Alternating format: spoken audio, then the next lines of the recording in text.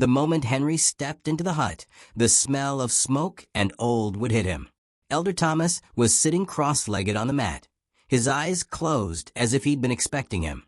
"Henry," he said without opening his eyes, voice calm but cold. "You found it." Henry's fists clenched around the tin box. "Yes.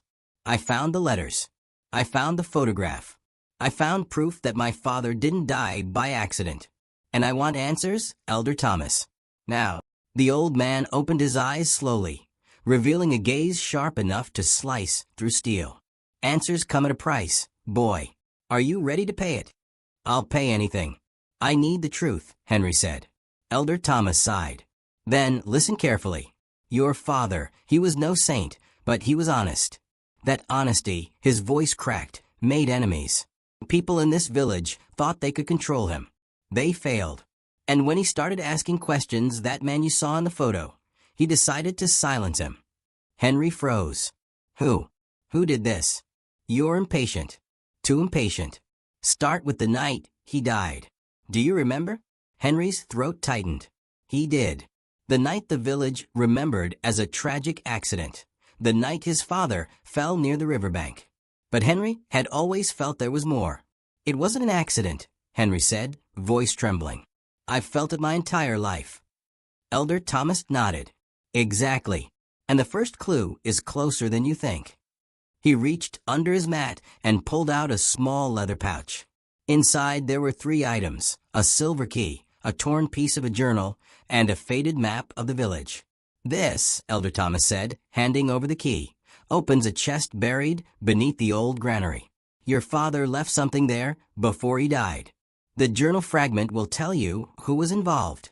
Henry's heart pounded. "And the map?" "Follow it. It will lead you to the second clue, hidden in the places you least expect. But beware, the village has ears." Before Henry could respond, a sudden noise outside froze him. Footsteps. Whispering. Someone was watching. He dropped the pouch into his bag and whispered, "Elder Thomas, they're here. Someone's watching." The old man's eyes hardened. "Good. That's the first test. If you panic now, you'll never survive what's coming." Henry swallowed hard. His pulse raced as he slipped out of the hut, trying to keep to the shadows.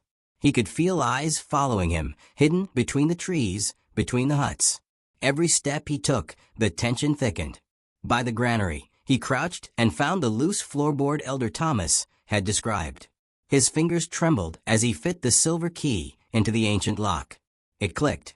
Inside was a wooden chest, dusty and smelling of rot.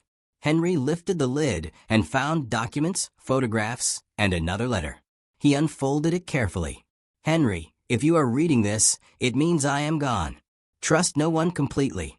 They wear masks, even those who smile at you every day. Seek the truth carefully. Your father." Henry's hands shook violently. "So he knew," he muttered. "He knew they would come for me too." Suddenly, a twig snapped behind him. Henry spun around, heart racing. No one. Then a shadow flitted across the granary wall, a silhouette, tall and threatening. "Henry," a voice hissed. "Step away from the chest." He froze. A man emerged, face hidden beneath a wide-brimmed hat. Who are you?" Henry demanded. "Someone who protects the village's secrets," the man said. "And someone who will kill to keep them." Henry's mind raced. He had expected resistance, but not this so soon. He clutched the chest, backing away. "I'm only looking for the truth about my father." The man laughed darkly.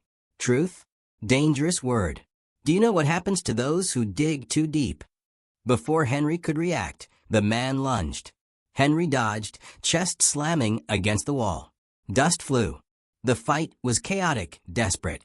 Henry's hands found a broken plank, swinging it like a weapon. The man stumbled but vanished into the darkness, leaving only the sound of heavy breathing behind. Henry's chest heaved. He had survived, but the threat was real, immediate. The village was watching, and someone wanted him dead. He sank to the ground, clutching the chest.